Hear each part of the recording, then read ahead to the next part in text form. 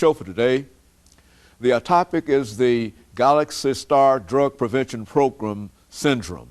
And of course, we have with us Ms. CGreenlee and Ms. Malone to talk about some of the issues that face drug prevention programs that are trying to, I would imagine, ladies, to assist people who have sort of fallen through the cracks. And some of the challenges that your organization, as well as some of the challenges that you, Ms. Malone, are aware of. So let's continue that conversation. Well, you know, like I said, due to my own addiction in the streets, addicted to everything that had the word crime wrote on it, who's better to be more experienced to go out there and get the kids than me?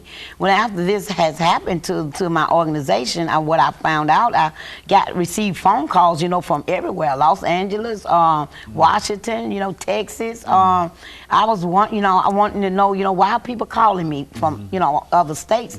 Well, they was calling me to say, Ms. Greenlee, this has happened to us.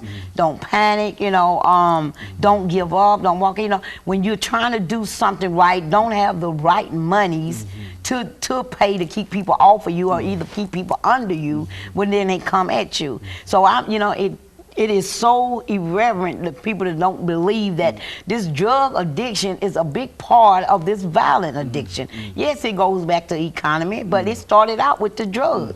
Because if I hadn't never got introduced to the drugs in my neighborhood, I would have never started doing the crimes to get it or the money to survive my habits.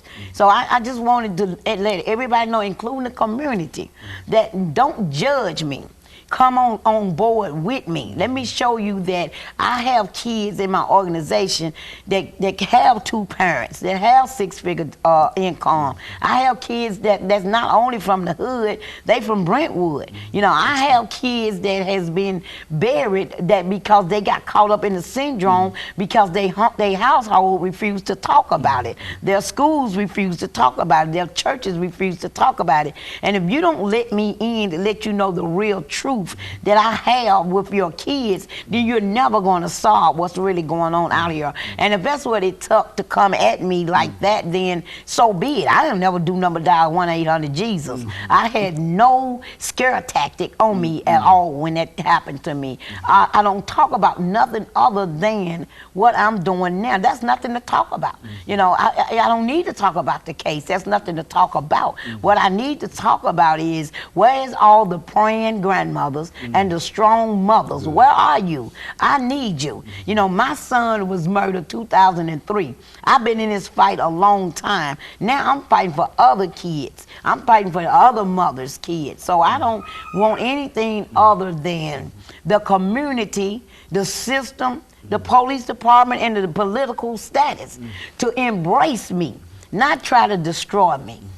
And Ms. Malone, you've watched all of this develop, and from your experiences, how do you see all of this? Yes, I have. And, you know, I remember when Clemmy lost her son in 2003, and it was just a horrible thing for her and her family. But that is then results when it all starts with not only the drug addiction, but the whole aspect of the whole family unit. It starts with the whole family unit. But when the drugs are involved and it usually always is the drugs that are involved somewhere. But if we can reach these children when they're at the age of the children and the young men and ladies that Clemmy's working with, if we can reach them then and educate in the workshops that she's doing, and she's been out here doing this with no funding behind her. On her own accord, or whoever that would donate for a group or to buy the kids pizza or whatever. But it starts with that education, not just with us adults, but with the children being able to be who they are and open up in a workshop, not have any stigma placed on them, but to open up to be who they are and to talk. She has one group called Straight Talk. Those children come in and they talk from here.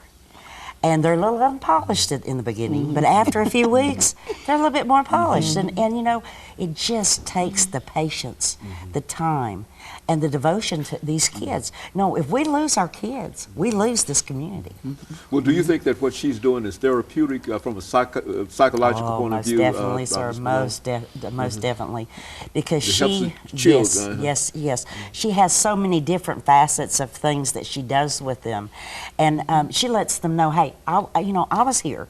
I was like you're going to want to be, or you may, or the way you're heading, and and she brings in all kind of people to talk to these children, and with them getting the education and the workshops, it is therapeutic. Some of the A&D classes that we hope to have in the future, workshops, that's going to be beneficial. Of course, they did get a little drug education in school, but it stays there in school. But again, Clemmy was reaching out to the moms and the grandma. That's really the support network that she needs in the community, because we're most all mothers, and we're almost all grandmothers, so. And I know that the children that had to die to violence this year, there's been quite a few. Didn't need to have to die. Didn't need to have to die. You said that you've been to 8 funerals recently? Yeah, ever since my ordeal, with the law, June 18th, I've been to 8 funerals. Since June, you've been to 8 funerals. So I haven't, I'm devastated when I hear that, oh, Nashville crime is down. We had 8 murders this year. No, we didn't. Because I went to 8 funerals. I can count 8 funerals in June. And so you're not, you might do on your statistics. So when I started touching toes, and I don't really know the political aspect of it, then it started coming at me. But see, remember, I had statistics that I wasn't supposed to have, that what was told to me. How did you get these statistics? Well, then I do my research, and this is all I'm trying to do to the community. I'm just trying to educate them. I got an 8-year-old kid that walks around with a pistol talking about he's a gang member. And I don't do nothing to him. I don't know whether to spank him or hug him. But I know I got to still let him be where he's at until I can find a way to talk him out of that gun. I have to get in that dirt, and it's going to stink like hell to get them out of there. So no matter what people say and put on me, I have to do what I have to do.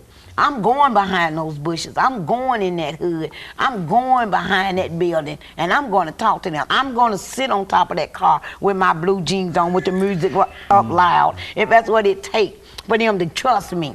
I know what kind of building I had. I know what kind of workshops I was doing, and I know what kind of meetings that I was bringing to the community. So all that other stuff that's out there, I'm not even here to clear my name, because there's nothing to clear. Like I say, dial 1-800 Jesus.